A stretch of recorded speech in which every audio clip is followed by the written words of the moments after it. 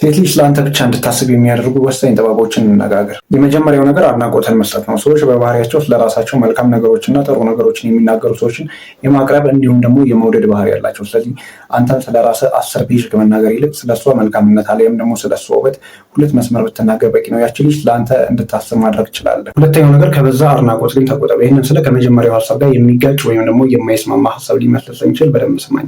ስለ ውበቷ ወይም ደግሞ ስለ ማንነቷ አብዝተህ የምትነግራት ከሆነና ቀን በቀን የምታደርገው ከሆነ ነገሩን እንደቀላል ነገር ወይም ደግሞ ኤሌመንታሪ ታደርገዋለች። ስለዚህ ሁሌም ማድረግ መቻል የለብህም። አልፎ አልፎ ነው ማድረግ ያለበት። ሰዎች በቁማር የሚያዙት ለምን ይመስላል?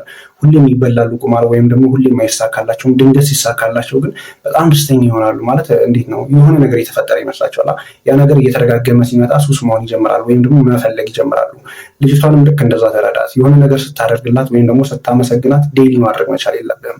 ከአንተ መሽ ይሁን የሚለው ወይም ደግሞ መች ይለኛል ብላ እንድትጠብቅ ማድረግ መቻል አለብህ። ያኔ ትፈልግሃለች። ሶስተኛው ነገር አብዝተህ ነፃ አትሁን። ሰዎች በባህሪያቸው የሚቸገሩበትን ነገር የማድነቅ እንዲሁም ደግሞ የመፈለግ ባህሪ ያላቸው፣ ነገር ግን ደግሞ በቀላሉ ለሚያገኙት ነገር ምንም አይነት ዋጋና ምንም አይነት ክብር የላቸውም። ስለዚህ አንተ ምንም ያህል ብትወዳትና ብታፈቅራት ራስን ሙሉ ለሙሉ አቬሌብል ማድረግ መቻል የለብህም። ምንም ያህል ማለት በህይወት ላይ ነፃ እንኳን ብትሆን ምንም ራስን ቢዚ ማድረግ የተሻለ ነገር ነው። በማይሆን ነገርም ቢሆን ራስን ቢዚ አድርግ፣ ነገር ግን እሷ እንድትፈልግህ ማድረግ መቻል አለብህ። አራተኛው ነገር ጭንቀቷን የሚቀንስ ሰው ነላት። ተደብራና ተከፍታ ወደ አንተ ስትመጣ እንዴት ሆነ፣ ለምን ሆነ፣ እንደዚህ ብታደርግ የመሳሰሉ ነገሮችን በመናገር እንዳታሰለቻት። ይልቅስ ሴት ልጅ ወይ የምትናፍቀው አሊያም ደግሞ የምትወደው ጭንቀቷን የሚቀንስላት ሰው ነው። ሰላም ስጣት። ያኔ እመኔም ወደ አንተ የማትመጣበት ወይም ደግሞ አንተን የማታስብበት ምንም አይነት ምክንያት አይኖራትም። በመጨረሻ የምልህ ነገር ሚስጥሮቿን እንድትነግረህ አበረታታት። ይህንን ስልህ ለምን መሰለህ? ብዙ ጊዜ ሰዎች ሚስጥራቸውን ለሚያጋሩት ሰው እንደ ኢሞሽናል ኢንቨስትመንት ያዩታል ወይም ደግሞ ለእኔ ልዩ ሰው ነው ብለው ያስባሉ። ስለዚህ ሚስጥሮቿን ባጋራቸው እንዲሁም ደግሞ ለአንተ ባካፈለች ቁጥር ለአንተ ያላ ስሜት እያደገ ይመጣል። እንዲሁም ደግሞ አንተን የምትፈልግበት መጠኑን ከፍ እያለ ይመጣል። ስለዚህ